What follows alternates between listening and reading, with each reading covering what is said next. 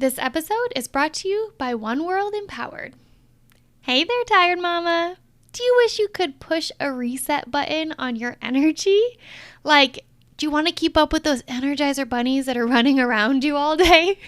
I know. I feel ya. Coffee can only do so much. Well, don't you worry. I've got you covered. Now just imagine a community of mamas who know the struggle and are working together to harness and reclaim their energy. We're talking about a true community of mamas who get it. Daily practices to jumpstart your days, accountability partners, group coaching calls to ground and recenter you throughout the 28 days. Does this sound like the exact dose of medicine you need in order to feel 100% again?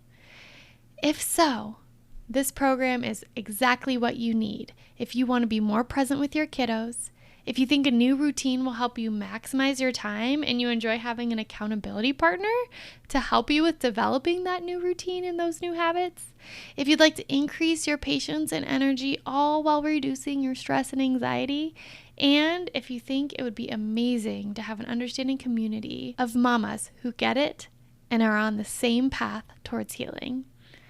Mama, today is the day you choose you and level up. Come join our 28-day energetic reset for moms by visiting www.oneworldempowered.com/workwithme and click the Learn More option next to the Energetic Reset program, or just scroll down and click the link in my show notes below. I can't wait to meet you and witness you step into your full potential. See you there, Mama.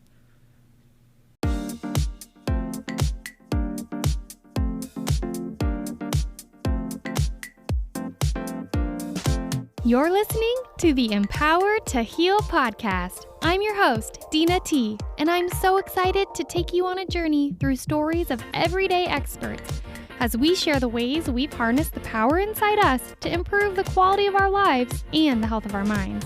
We're so excited to have you here with us and hope you feel inspired and empowered to heal.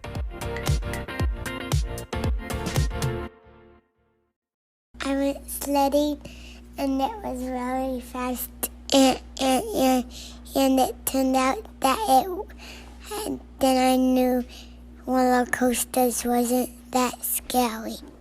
Hello, you beautiful souls. Last night, I was tucking Emery in, and he has a tent that he sleeps in with his crib mattress in it, and it's right next to our bed.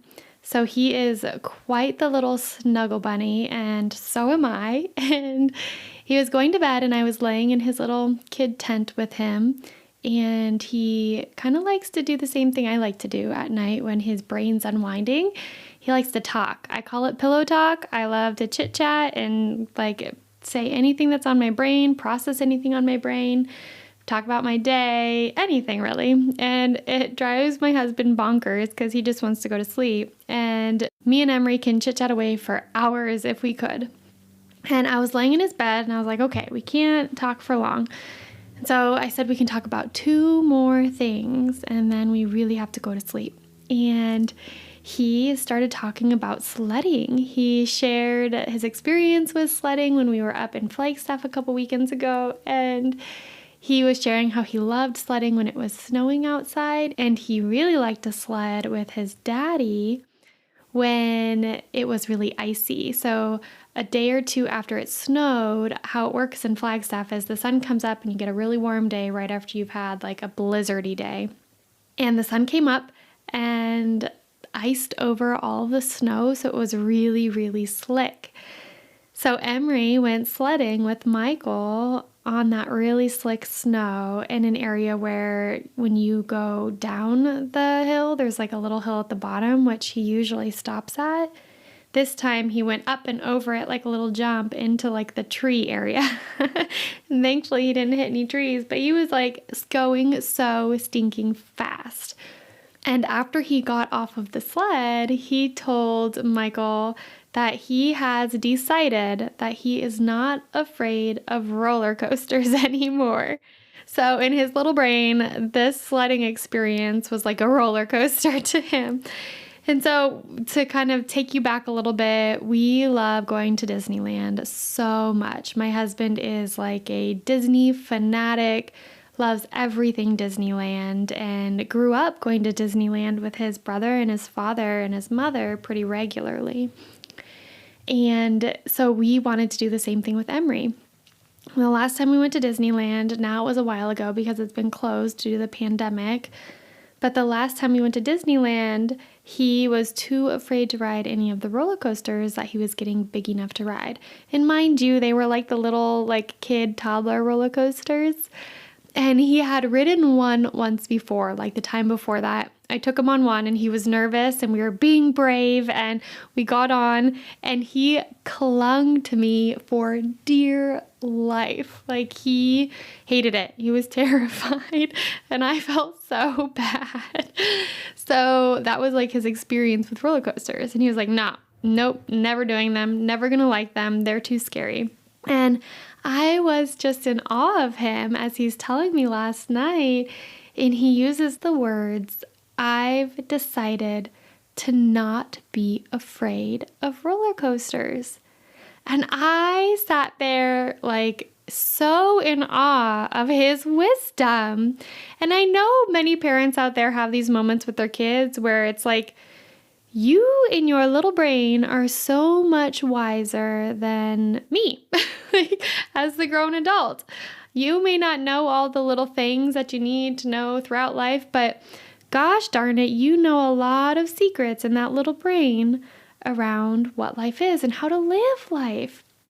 And his little 4-year-old brain is so strong. He found the power within himself to say and decide, make the conscious decision to not be afraid of roller coasters anymore. And I love that. I absolutely love that. When I think of my life, gosh darn it, there are so many things that I'm afraid of. And I've shared with you guys in past episodes about my anxiety and my postpartum anxiety and all of the crazy things that go through my mind. I am an anxious being and I am afraid of everything. Emery sleeps in our room because he likes snuggles and so do I. And because he's in that room with me with the door closed and locked and nothing can get our little family closed in that room. It's me, Michael, Emery, and our dog Daphne, all closed in there at night. And we're safe and sound in there. And if he was on the other side of a door all night long, another side of a wall, gosh darn it, I would be anxious and nervous and worried. And when I think about that and I think about all the things that I'm afraid of, and as I've gotten older, my fears have only grown. When I was younger and I didn't have all of this big perspective of the world and know all of these things and hear all these horror stories, I was carefree. I didn't have these fears guiding me. I was still an anxious girl growing up, but not to this extent. As I've gotten older, it's gotten worse. And I prayed last night that my baby boy would not lose his ability to decide that he does not want to be afraid, to decide anything, for him to hold that power in his brain, that knowing in his brain, that he can make a conscious decision and change how he feels and how he views things. Oh, mind blowing, beyond me, you guys. That is absolutely amazing. And it's what all of us strive for. I truly believe it's what all of us strive for. We try every single day to consciously make decisions to better our lives and better the lives of those around us. At least I do, and I believe that everybody does, and they have that deep down within them. And if we can do that, and we can know and trust and believe that we have the power within us to decide what we are going to think or feel, that would be an absolute game changer. I can only imagine having that power within me. And I think that's the start. Can we first imagine? So the power of our brain is absolutely out of this world. We don't even understand the extent of the power of our mind yet. We hope to, we try in neuroscience, But we don't. We don't understand how one mind, one brain can do so many things subconsciously and consciously. And one way that we can build and strengthen our mind is through our imagination. And if you guys spend any amount of time with 4-year-olds, their little minds are packed, jam-packed with imagination. Emery asks us questions all the time. Have you ever imagined, and then he'll like ...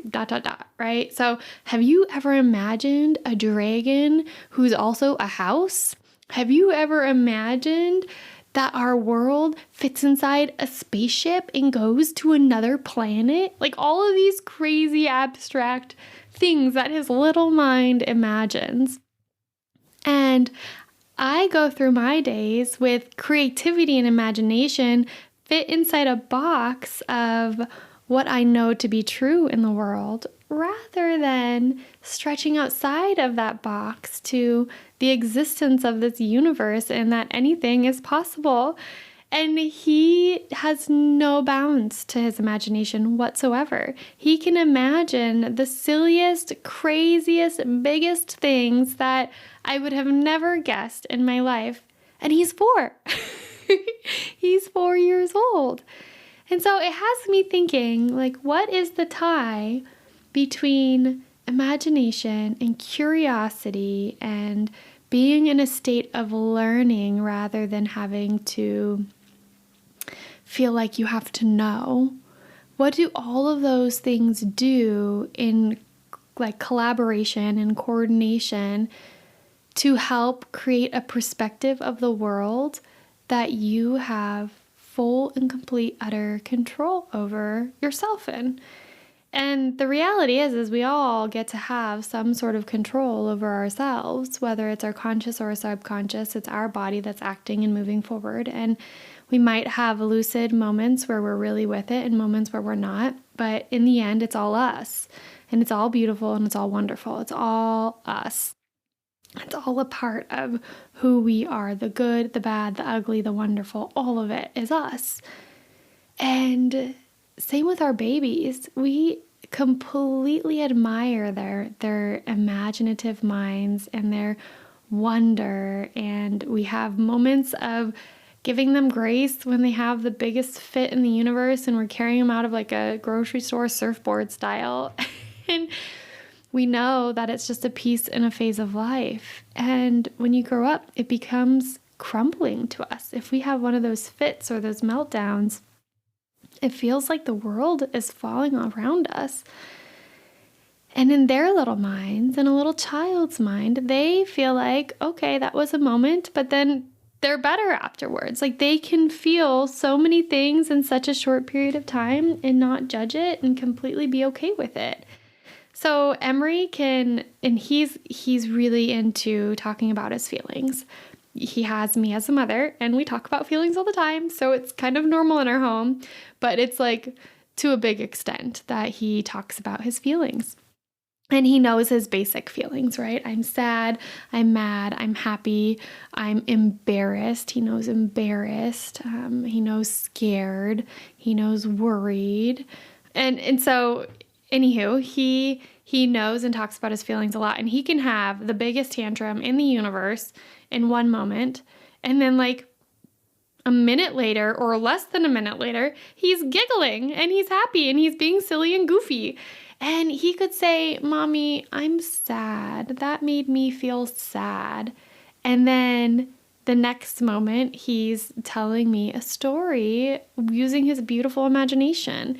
And it gives such perspective to us that the ebbs and flows of emotion and decision of how we want to feel or what we want to do or how we see the world, all of that it's completely natural to ebb and flow. It is completely natural to have peaks and valleys and have days where the world feels like it's toppling us and days where we feel like we're on top of the world. And we can have those days in the same day.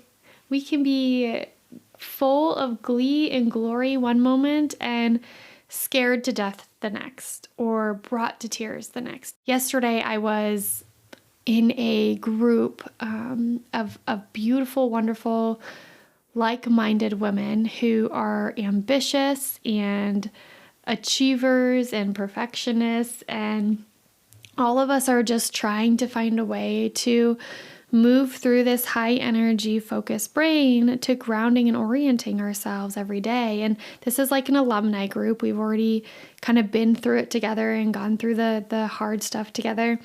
And we were having a beautiful conversation around like our strengths and that we are all one. And it was like this harmonious connection that we had. And then the mood shifted and we were all brought to tears hearing about a tragedy. And we all felt it, and we felt each other and literally cried together and pulled each other through that. And then ended it with a song and moving our body and feeling a different feeling, guiding ourselves through that, honoring the hard and then moving through it. And that was just another example of how we have the opportunity, if we choose to take the steps to move ourselves through our feelings and our emotions and our days. We recognize the power that we have within ourselves. We recognize that we can be sad and happy and angry and glee-filled all within the same 60 seconds, and that it's okay, and that there's no judgment. It doesn't mean anything. We don't have to read into it or understand it better. Just like with our 4-year-olds and our little ones, we don't read into it either, right? We let them feel the feeling they're feeling, we comfort them through it, and then we come out the other end with another feeling. And then that feeling goes into something else. And that's normal. It's normal for us. And when we recognize that, I think we recognize the power that we have within ourselves. Our imagination can take control at that point in time and see and say, aha, I recognize this. I recognize that this is okay and this is who I am and this is wonderful and beautiful.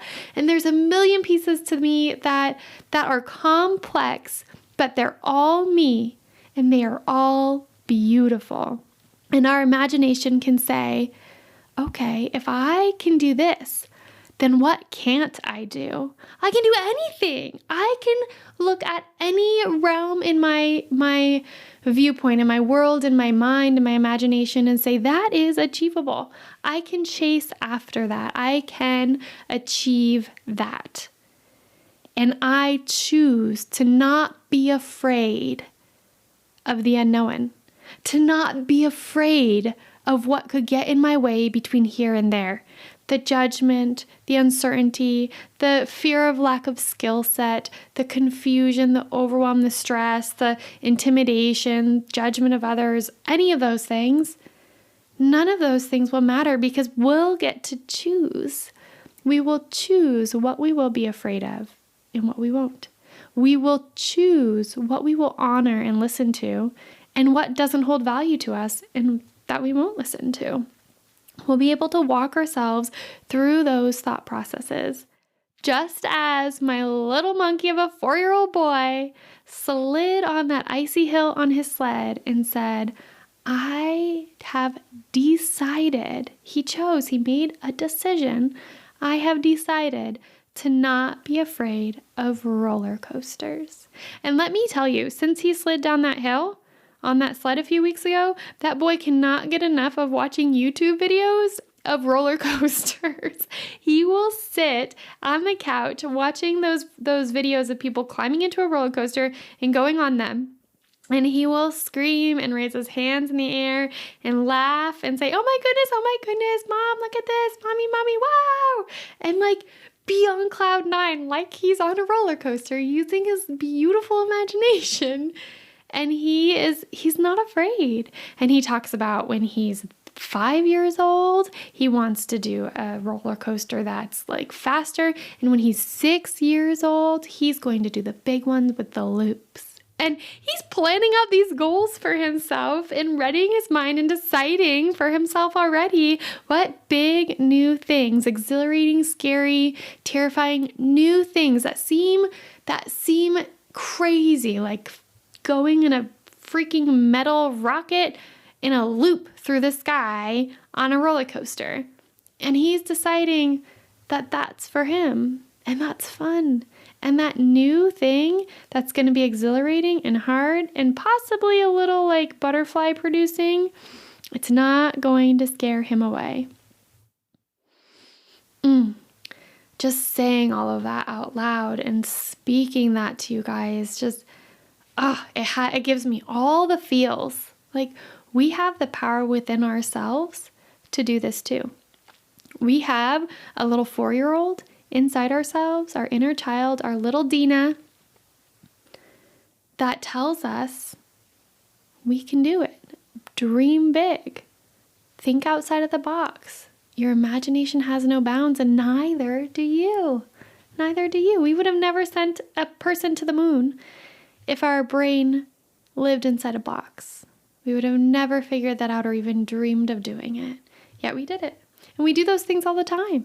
Send people to space, travel the depths of the ocean, create new, absolutely wonderful technology or interventions or medical procedures, vaccines, all of these things because we dreamed of it, because we decided to not be stopped by a box of knowing what's already in existence. And so my call to action for all of you is to start dreaming. Use your imagination. Have a couple minutes out of your day where you imagine and you erase, grab that big chunky pink eraser and erase the guidelines, the box, the fences, the walls around your thinking. Erase them all out, blow that dust away, that eraser dust away, and start to imagine with no barriers, no what ifs. Let your brain go there like a 4-year-old would. Dream big. Make things up, whatever it needs to be. And then see yourself there. See yourself doing that thing, whether it's silly and it's just for fun, or whether you're manifesting a dream that you have for yourself in your future. Whatever it is, it doesn't matter, but try it. Exercise that brain to tap into that imagination. And then let yourself feel all of the feelings with no judgment. Move through the feelings until you find courage. And hold on to that courage. Hold on to it with white knuckles. Hold on to it tight. Remind yourself of it. Tuck it in your pocket so that you have it for later. Hold on to that courage. And then decide. Make a choice, a conscious decision to decide how you're going to feel and what you're going to do next. Thank you, beautiful souls. I hope that this conversation was an inspiration and empowers you in your healing journey. Thank you so much for tuning in today. I hope you are feeling inspired and empowered in your own healing journey. I know that many of you listening might be reflecting on your own stories that you may feel called to share. If so, please reach out to me at dinat@empowertoheal.com. That's DENAT@empower2heal.com. Or drop me a message through my Instagram handle at empower2heal. I would love to connect with you and learn about your journeys so that we can hopefully continue to spread these powerful life lessons on empowering ourselves to heal. My contacts will also be linked in the show notes below so that you can easily find me. We are so eager to start a movement in showcasing the many ways we can heal. And you can be part of this movement too by capturing images and tagging them #empower2heal on Instagram. We look forward to seeing all the ways that you are empowered to heal. I love you, beautiful souls, and thank you so much. Please be sure to subscribe, like, and review.